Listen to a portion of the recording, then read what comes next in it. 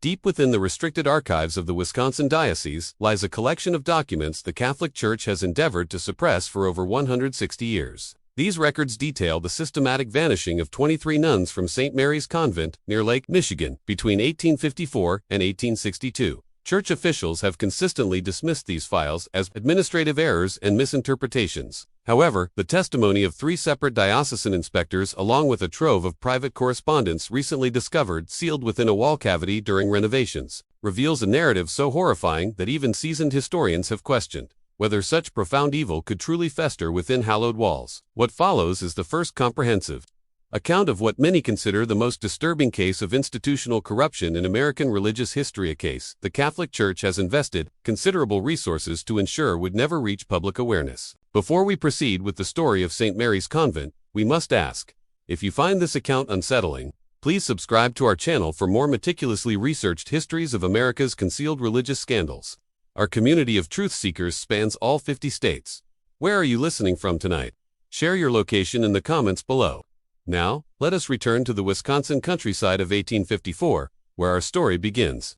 Morning mist clung heavily to Lake Michigan as Bishop William Corder's carriage passed through the gates of what would become St. Mary's Convent. The Catholic Church had acquired the expansive estate, a former lumber baroness mansion, surrounded by 30 acres of dense woodland with the intention of establishing the first major Catholic institution in the predominantly Protestant Wisconsin territory. This strategic expansion was part of a broader initiative to extend Catholic influence into America's rapidly developing frontier regions, where Protestant denominations were already gaining significant footholds. The limestone mansion, with its 3 imposing wings and bell tower, stood in stark contrast to the humble wooden churches dotting the Wisconsin landscape. The central structure, constructed in 1842, featured Gothic arches and narrow windows that seemed to survey the surrounding countryside like watchful eyes. 2 wings extended from either side.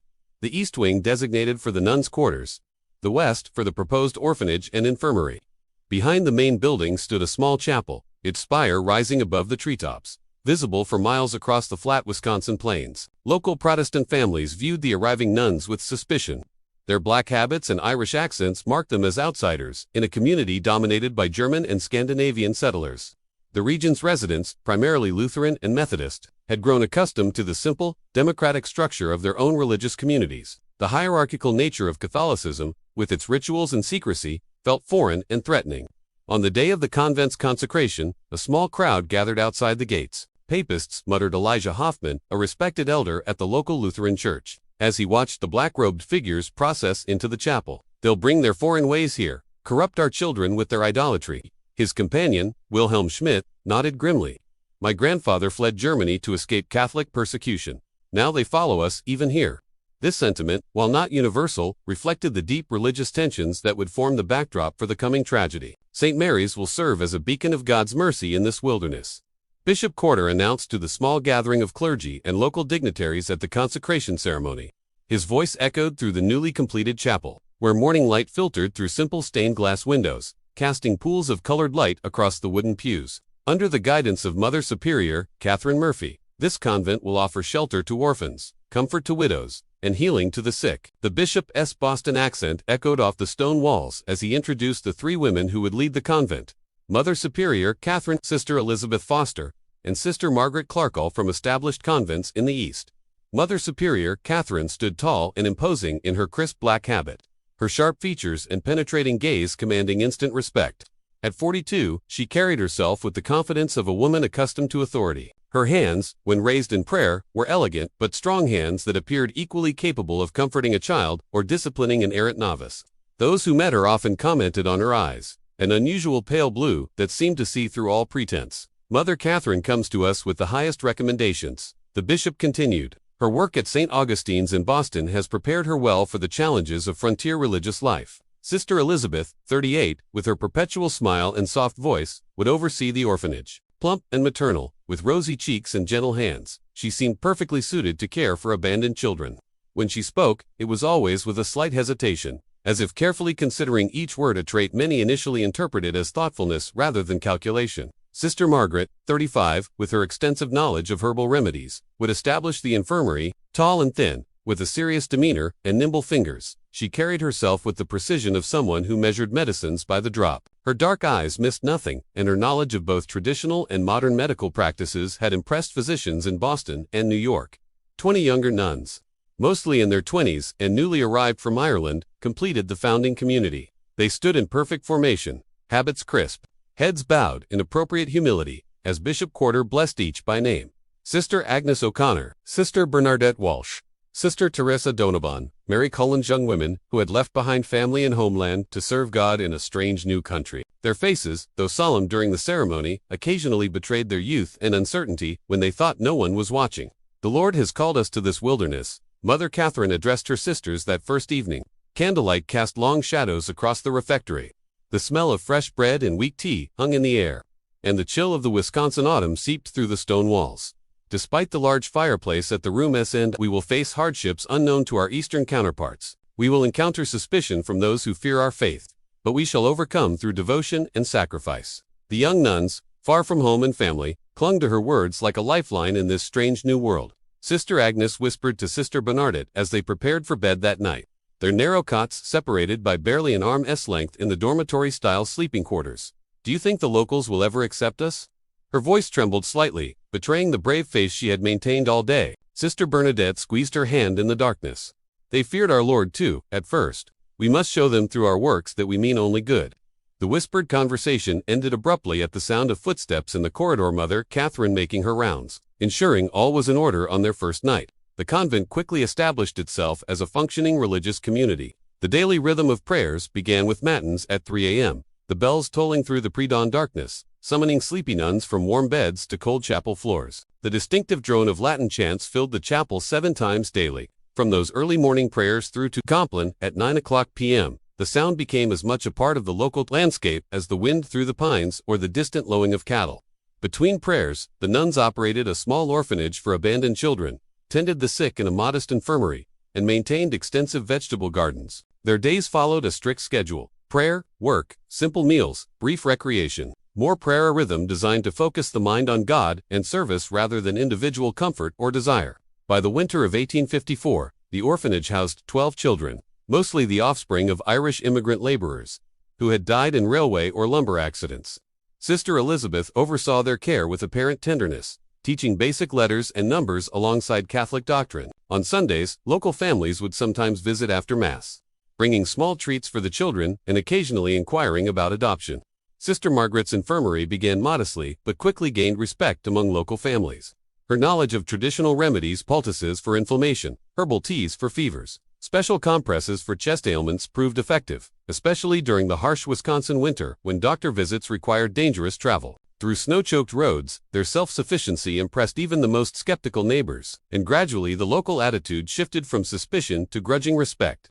"They keep to themselves, but they do good work," admitted Elijah Hoffman grudgingly to his congregation after Sister Margaret had successfully treated his grandson's persistent cough. "Their ways are not our ways, but perhaps there is room for different paths to heaven in this big country." Sister Agnes O'Connor, at 23, was among the youngest nuns at St. Mary's. Her letters home to Ireland, preserved in the Dublin Diocesan Archive, provide a rare glimpse into the early days of the convent. Her careful penmanship filled pages with observations about her new life. Though close readers might note the gradually changing tone as months passed, "The work is harder than I ever imagined," she wrote in December 1854. The paper bearing smudges suggesting tears had fallen as she wrote. "My hands are raw from washing linens in ice-cold water, and the chapel stones feel like ice beneath our knees during morning prayers. But Mother Catherine assures us that our sacrifices please God. Sister Elizabeth has been particularly kind, helping me adjust to this strange country. She brings me extra blankets on the coldest nights and has shown such patience in teaching me the proper care of the orphans.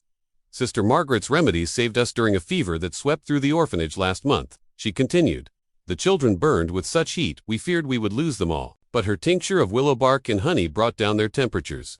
I believe we are doing God's work, though I confess I still cry myself to sleep some nights missing the green hills of home."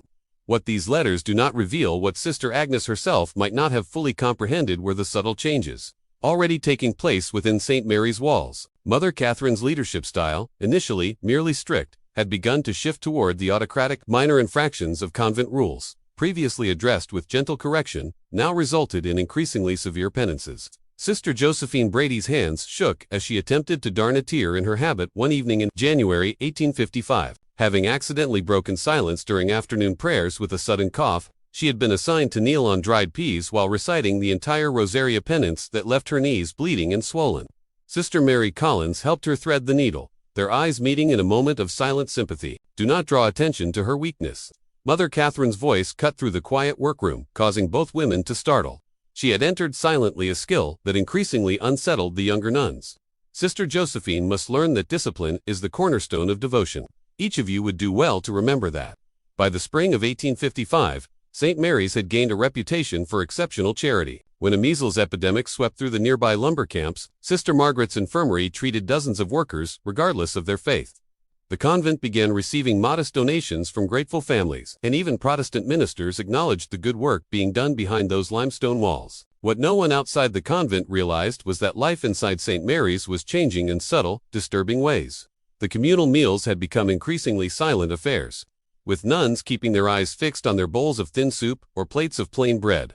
The recreation hour, once filled with quiet conversation and occasional laughter, grew tense and muted. Young women who had crossed an ocean together, bonded by shared purpose and faith, now moved like shadows, careful not to draw attention. The first strange occurrence came in April 1855, when Sister Agnes failed to appear for morning prayers. Her absence was immediately noticed, one empty place in the chapel where 20 nuns should stand in perfect formation. The other sisters exchanged quick, concerned glances as Mother Catherine entered, her expression unreadable in the dim candlelight. Sister Agnes has been called to assist at our mission in Minnesota, Mother Catherine announced to the bewildered community at breakfast. Her tone brooked no questions. Her departure was sudden, as such callings often are. We shall all pray for her success in this new endeavor. Sister Bernadette's spoon clattered against her bowl. But Mother, she said nothing to me, and she fell silent as Mother Catherine's pale eyes fixed on her face. Are you suggesting, Sister Bernadette, that a bride of Christ requires permission from her fellows rather than her superiors before answering God's call? The question hung in the air like frost. No, Mother, forgive me. Sister Bernadette lowered her eyes to her cooling porridge. No one had seen Sister Agnes pack or leave, and she had mentioned nothing of a transfer in her letters home. But in the strict hierarchy of convent life, no one dared question Mother Superior's explanation further. That evening in the dormitory, several nuns noticed Sister Agnes' few possessions: her prayer book, the small wooden rosary her mother had given her. The extra woolen stockings for Wisconsin winters were gone, as if she had indeed packed and departed. But Sister Mary Collins, whose cat had been beside Agnes, whispered to Sister Teresa Donovan during their brief moments alone in the garden. Her cloak still hung on its peg. Would she have left without it in April in Minnesota? Sister Teresa glanced nervously toward the convent windows. Perhaps she was given a new one for the journey. We should not speculate, Sister. 3 months later, Sister Bernadette Walsh vanished in similar fashion. The bishop has requested Sister Bernadette's assistance with a delicate matter in Chicago, Mother Catherine explained. She left before dawn to catch the early train. Again, no farewell, no warning, just an empty cell and a hastily provided explanation. This time, Sister Elizabeth elaborated during the nuns' work period. Sister Bernadette showed such skill with the orphans that the bishop has requested she help establish proper procedures at the new foundling home in Chicago. Her voice carried the appropriate mix of pride and pious acceptance. But Sister Mary noticed that her usually warm eyes remained cold as she spoke. By the winter of 1855, 3 more nuns had transferred to distant missions. Each departure followed the same pattern.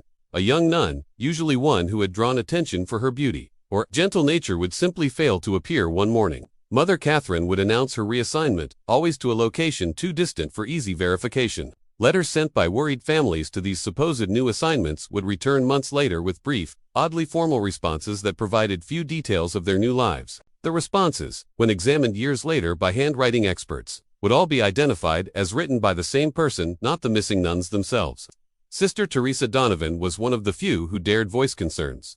Tall and strong from years of farm work before taking her vows, with a directness unusual in convent life, she had already drawn Mother Catherine's disapproval for questioning the increasing severity of penances assigned to younger nuns. It seems strange that Rome would request so many transfers without proper documentation, she whispered to Sister Mary Collins as they worked in the garden in the summer of 1856. Their fingers stained with soil as they harvested early carrots.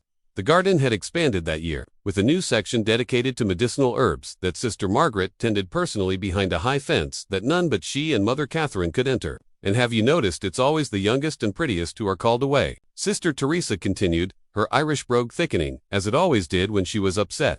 First, Agnes with her golden hair, then Bernadette with those lovely singing voice, then Catherine with her perfect complexion, and Josephine with her. She trailed off as a shadow fell across the garden bed.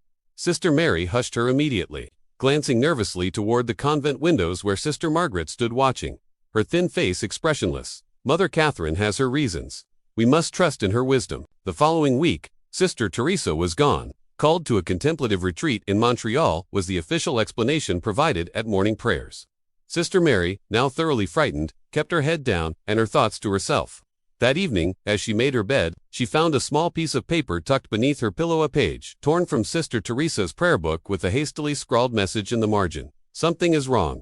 If I disappear, tell Father Ryan. The sight of her friend S. handwriting, the ink still relatively sent a chill through Sister Mary that had nothing to do with the autumn air seeping through the stone walls. By 1857, the pattern had become impossible to ignore within the convent walls. Of the original 20 junior nuns, only 12 remained. The official explanations continued. Special missions, retreats, transfers to nursing positions during disease outbreaks. To the outside world, St. Mary's continued to function normally. Local families still brought sick relatives to Sister Margaret's infirmary. Orphans still received care in Sister Elizabeth's orphanage.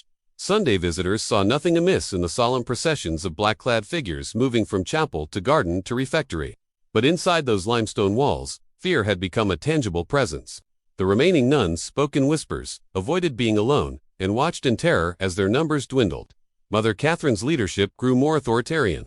Minor infractions of convent rules resulted in severe penances. Days of fasting, nights spent in prayer on cold stone floors, public confessions of increasingly intimate sins. Sister Claire O'Donnell, discovered with a small piece of chocolate sent by her family, was forced to kneel before the entire community and confess to gluttony and deception unworthy of a bride of Christ. Mother Catherine assigned her to fast for 3 days, taking only water and a single piece of bread at evening meal. When Sister Claire fainted during chapel prayers on the second day, it was Sister Margaret who revived her with smelling salts. Her thin lips curved in what some later described as a smile. One unusually cold night, in January 1888, Sister Mary Collins awoke to muffled sounds from the cell next to hers. Through the thin wall, she could hear Sister Rebecca Murphy sobbing. Then a sharp whisper she recognized as Mother Catherine's voice. "You will come with us now. Make any noise and you'll regret it." The sound of shuffling feet followed, then silence. Sister Mary lay frozen in her narrow bed, heart pounding so loudly she feared it would betray her wakefulness.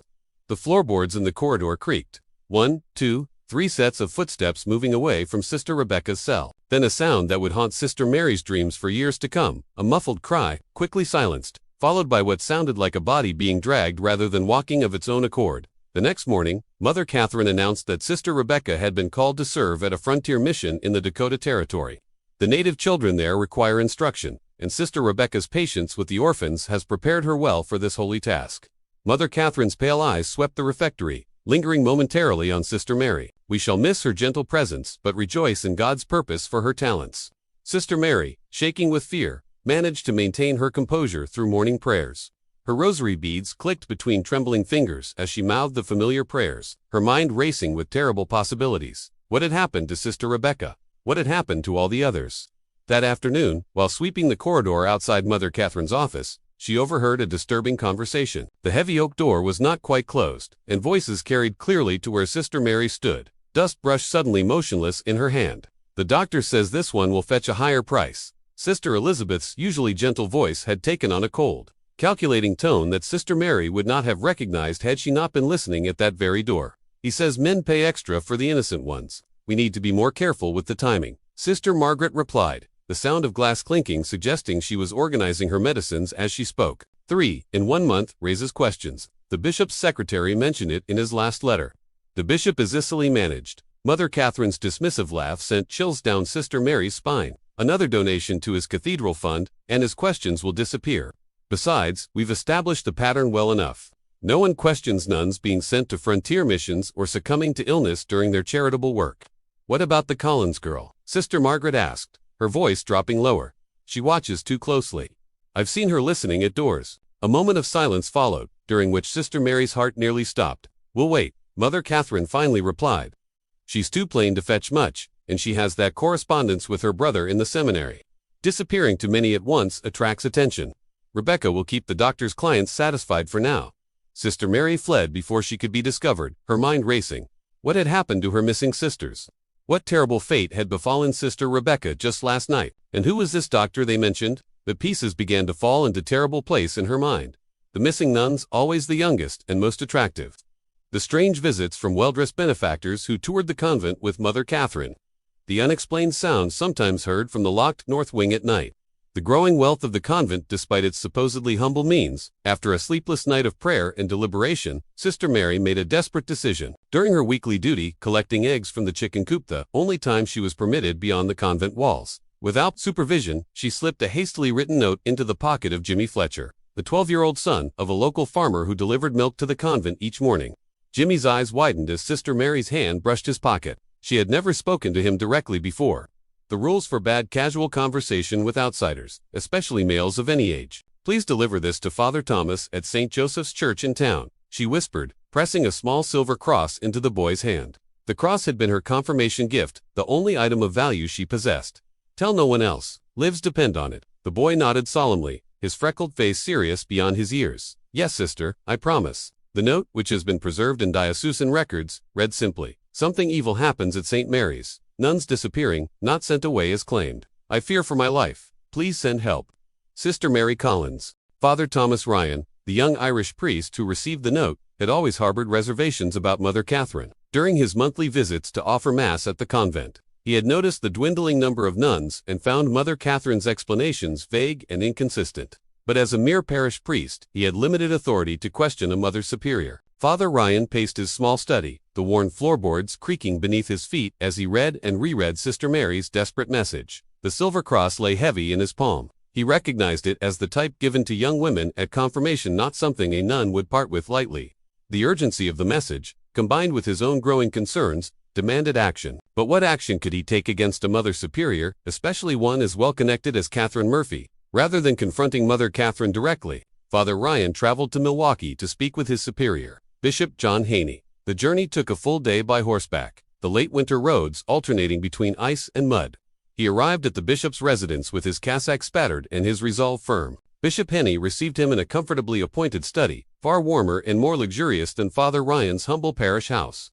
Construction of Milwaukee's new St. John's Cathedral dominated the conversation initially, the bishop proudly showing architectural drawings and discussing funding with animation. "It will be the finest cathedral west of New York," Bishop Haney declared, his German accent still pronounced, despite decades in America. "A proper monument to our faith in this Protestant wilderness." Father Ryan nodded appropriately, waiting for an opening to introduce his concerns. When the bishop finally asked about his parish, the young priest carefully laid out his observations: the dwindling number of nuns at St. Mary's, the inconsistent explanations, and finally, the desperate note from Sister Mary. The bishop's expression changed as Father Ryan spoke, his initial warmth giving way to a careful neutrality. "These are serious accusations, Father," he said, setting aside the silver cross without examining it closely. "Mother Catherine has explained each transfer to my satisfaction. But Your Excellency, 8 nuns have disappeared in less than 3 years, Father Ryan pressed. No documentation has been provided for these transfers. No one has received consistent correspondence from these women after they supposedly left. The frontier missions require educated women," the bishop replied with finality, rising from his chair to indicate the meeting was concluding. "I'll not have you spreading rumors that could damage the Church's reputation in this Protestant region. Mother Catherine has been most generous in supporting our cathedral building fund. Her spiritual leadership is beyond reproach." As the bishop ushered him out, he added with a note of warning, "Focus on your parish duties, Father Ryan. Leave the administration of convents to those appointed by God for that purpose."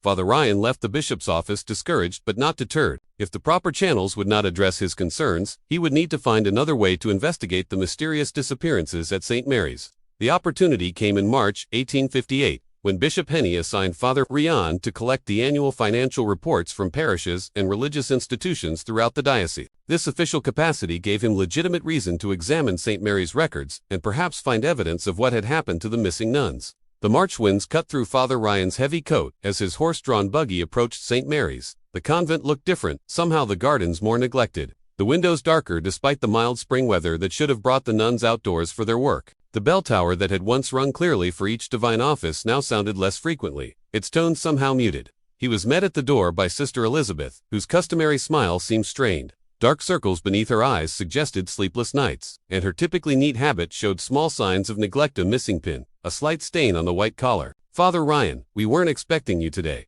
she said, her surprise poorly concealed. "Mother Catherine is indisposed today," she continued, leading him to a small, cold parlor rather than the comfortable study where he usually met with the Mother Superior. "She asks that you leave the diocesan forms, and she will complete them by week's end." "I'm afraid the bishop was quite clear," Father Ryan insisted, removing his coat and setting his briefcase on the table. He tried to project an authority he didn't entirely feel, aware that his youth and relatively low position in the church hierarchy worked against him.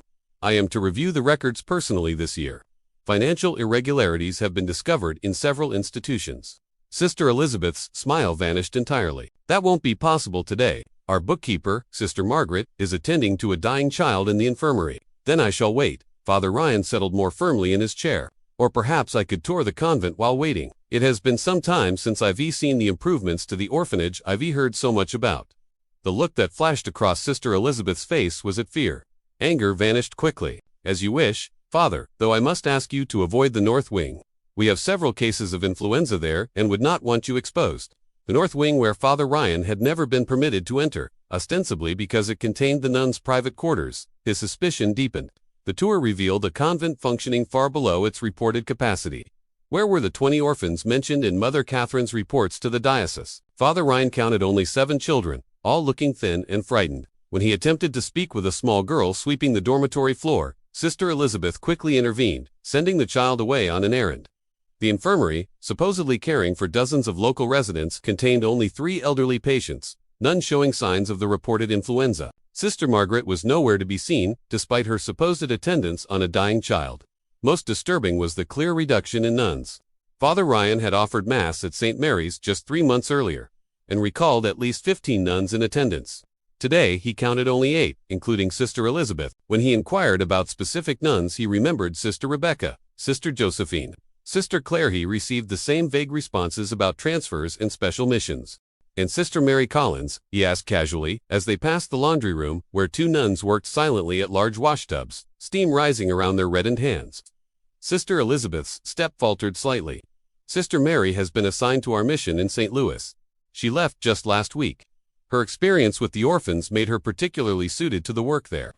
Father Ryan nodded, hiding his alarm. The author of the desperate note was now among the disappeared. His suspicions now fully aroused, he requested to see the convent's chapel before departing. The chapel, once immaculate, showed subtle signs of neglect. Dust on the altar rails, unpolished candlesticks, wilting flowers that should have been replaced. The sacred space that had once housed 23 nuns in prayer now felt hollow, as if the very stones sensed the wrongness that had infiltrated St. Mary's. While Sister Elizabeth was momentarily distracted by a message from a novice, Father Ryan slipped through a side door he knew led to the residential wing. The corridor was eerily silent for mid-afternoon. Many of the cells stood empty, personal items gone, as if their occupants had indeed departed. As he turned to leave, a barely audible sound caught his attention, something between a whimper and a moan, coming from behind a heavy wooden door at the end of the corridor. The door, unlike the others, had a substantial iron lock. Father Ryan approached cautiously, listening intently. The sound came again, definitely human, definitely distressed. "Is someone there?" he whispered through the keyhole. "Do you need help?" A moment of silence, then a hoarse female voice. "Father, Father, is that you? Please help us, please." Before he could respond, the unmistakable voice of Mother Catherine rang out behind him. "Father Ryan, this area is strictly cloistered. Your presence here is most inappropriate." He turned to find Mother Catherine flanked by Sister Margaret and a large man he did recognize not, dressed as clergy or medical personnel, but in the rough clothing of a laborer with arms thick as tree trunks and a face set in a threatening scowl. "Forgive me, Mother, Father," Ryan managed, struggling to keep his voice steady. "I became turned around after visiting the chapel." Mother Catherine's pale eyes assessed him coldly. She had lost weight since he'd last seen her, her habit hanging loosely on her frame, but her authority seemed only to have intensified. "This wing houses sisters under special spiritual direction. Their seclusion is essential to their devotional practice." "I heard someone calling for help," Father Ryan countered, gathering his courage. "You heard Sister Anne, in the midst of her spiritual exercises," Sister Margaret interjected smoothly. "Some of our more dedicated sisters practice mortification of the flesh. Their cries can be misinterpreted by those unfamiliar with advanced devotional practices. Mr. Callahan will show you out." Mother Catherine nodded to the burly man. "We will send the financial reports to Milwaukee by week's end." The man named Callahan stepped forward, his posture suggesting he was accustomed to enforcing Mother Catherine's will through means not entirely spiritual. "This way, Father," he said, his voice carrying a hint of menace beneath the forced politeness. The man gripped his arm with unnecessary force. Father Ryan caught one last glimpse of the locked door. Who had spoken to him? What did she mean by us? How many women were being held behind that door? The moment his buggy cleared the convent gates, Father Ryan whipped his horse into a gallop, his mind racing faster than the animal's hooves. The voice, the locked door, the missing nuns, the frightened children, the intimidating presence of the man called Callahan all pointed to something sinister occurring at St. Mary's. This was beyond his authority as a parish priest. He needed official intervention, bypassing Bishop Henney, whom he now suspected of either complicity or willful ignorance. Father Ryan sent an urgent telegram to Archbishop John Hughes in New York. Grave concerns regarding St. Mary's Convent, Wisconsin. Suspicious disappearances of multiple nuns. Evidence of imprisonment. Possible danger to remaining sisters. Request immediate diocesan investigation. Local bishop unresponsive. Father Thomas Ryan, St. Joseph's Parish. If you're feeling a chill down your spine as our story unfolds, you're not alone. Our community of mystery seekers often reports physical reactions to these dark historical accounts. Take a moment to like this video and share it with someone who appreciates true historical mysteries. Your engagement helps us continue uncovering America's hidden secrets. Now, as we return to 1858, a storm is brewing over St. Mary's Convent that will reveal horrors beyond imagination. Archbishop Hughes, known for his no-nonsense approach to diocesan management, responded swiftly. Rather than alerting Bishop Henney, he dispatched his personal secretary, Monsignor Patrick Kelly, to conduct a surprise inspection of St. Mary's. Monsignor Kelly arrived unannounced at the convent gates. On April 17, 1858, accompanied by Father Ryan and two senior priests from neighboring parishes. The spring day dawned clear and mild, the kind of day that typically filled Wisconsin farmers with hope for the coming planting season. But as the clerical party approached St. Mary's, a sense of foreboding seemed to hang over the limestone buildings. Ravens circled the bell tower, their harsh cries breaking the morning stillness. The reception they received spoke volumes. Mother Catherine, usually composed and commanding, appeared flustered by their arrival. Her pale face flushed with what might have been anger or fear as she recognized Monsignor Kelly's official robes and the sealed documents he carried. The convent itself seemed in disarray, with nuns scurrying about in what appeared to be panicked activity. Through an open window, Father Ryan glimpsed two young nuns hastily carrying armfuls of papers toward the kitchen, where the large cast-iron stove burned regardless of the season's warmth. The acrid smell of burning paper drifted through the courtyard. "This is most irregular, Monsignor," Mother Catherine protested as the clerical party entered the main hall. Her voice, usually controlled and melodious, had taken on a brittle edge. "We have protocols for official visitations. Bishop Henney always sends word weeks in advance, which is precisely why Archbishop Hughes instructed me to forego such notification," Monsignor Kelly replied coolly. In his 50s, with silver hair and the weathered face of a man who had seen both war and peace, the Monsignor projected an authority that even Mother Catherine seemed unable to challenge directly. "I have here a letter bearing the Archbishop's seal, authorizing a complete inspection of this institution, its records, and all its residents. I trust you will cooperate fully." Mother Catherine's eyes darted briefly to Sister Margaret, who stood half-hidden in a doorway, her thin face unreadable. Some silent communication seemed to pass between them before Mother Catherine turned back to Monsignor Kelly with a forced smile. "Of course, Monsignor, St. Mary's has nothing to hide. However, I must insist that you respect the enclosure of our cloistered sisters. Some are engaged in spiritual exercises that must not be interrupted. My authority extends to all areas of this convent." "Mother Catherine," Monsignor Kelly replied, unfolding the Archbishop's letter and holding it before her. "No exceptions." What followed was a day-long investigation that would later be described in Monsignor Kelly's 40-page report as unveiling a tableau of horrors unprecedented in the modern church. The inspection team split up, with Father Ryan leading Monsignor Kelly directly to the locked door in the residential wing, while the other priests began interviewing the visible nuns and examining financial records. As they approached the north wing, they encountered Sister Elizabeth blocking the corridor, her usually pleasant face set in uncharacteristic determination. "Mother Catherine has forbidden entrance to this area. Monsignor, we have sisters in spiritual retreat." "Sister Elizabeth," Monsignor Kelly said gently but firmly, "I speak with the authority of Archbishop Hughes. Open the door, or I shall be forced to consider you in violation of your vow of obedience." Sister Elizabeth's composure cracked slightly. "You don't understand what you're doing," she whispered, her voice suddenly desperate.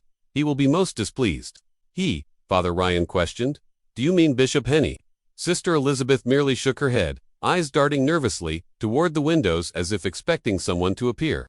After a moment's hesitation, she stepped aside. The locked door, when finally opened under threat of ecclesiastical censure, revealed a shocking scene. 5 nuns, including the missing Sister Rebecca, were confined in what had once been a storage room. The space, perhaps 15 feet square, contained only a chamber pot in the corner and thin pallets on the floor. The single high window had been boarded over, leaving the room in near darkness save for the light now streaming through the open door. The women were pale, malnourished, and showed signs of physical abuse. Their habits were torn and soiled, their faces gaunt with hunger and fear. One, later identified as Sister Josephine Brady, was heavily pregnant, her swollen belly incongruous against her thin limbs. The stench of unwashed bodies and human waste was overwhelming. Father Ryan turned aside momentarily, fighting nausea, while Monsignor Kelly crossed himself in horror.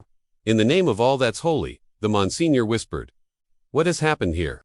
Sister Rebecca, once robust and quick to smile, now a skeletal figure with hollow eyes, struggled to her feet. "Father Ryan," she managed, her voice cracked from disuse or screaming. "You came back. They're preparing us," she whispered as Father Ryan helped her to a chair hastily.